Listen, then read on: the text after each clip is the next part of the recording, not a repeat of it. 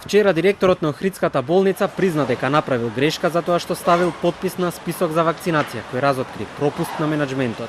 Денес истиот директор го разреши секретарот во неговата болница, за тоа што се вакцинирал преку ред.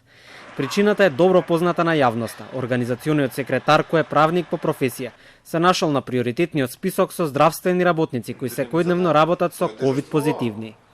Тие заедно пред неколку дена ја примија и првата доза од вакцината на Pfizer во Скопската модуларна болница. Министерството за здравство ја осудува секоја злоупотреба и прекршување на приоритетните групи опфатени во трите фази на ковид имунизација. Укажуваме дека никој кој не е здравствен работник опфатен во првата група од првата фаза за имунизација не смее да се вакцинира.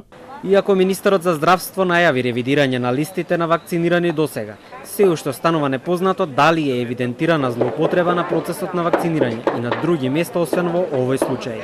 Разрешувањето на секретарот на Охридската болница следи по изјавата на директорот на установата дека секретарот сепак е вклучен во сите активности поврзани со коронавирусот и дека лицето се пријавило за вакцинирање откако од списоците отпаднале неколку здравствени работници, поради тоа што имале антитела или биле позитивни.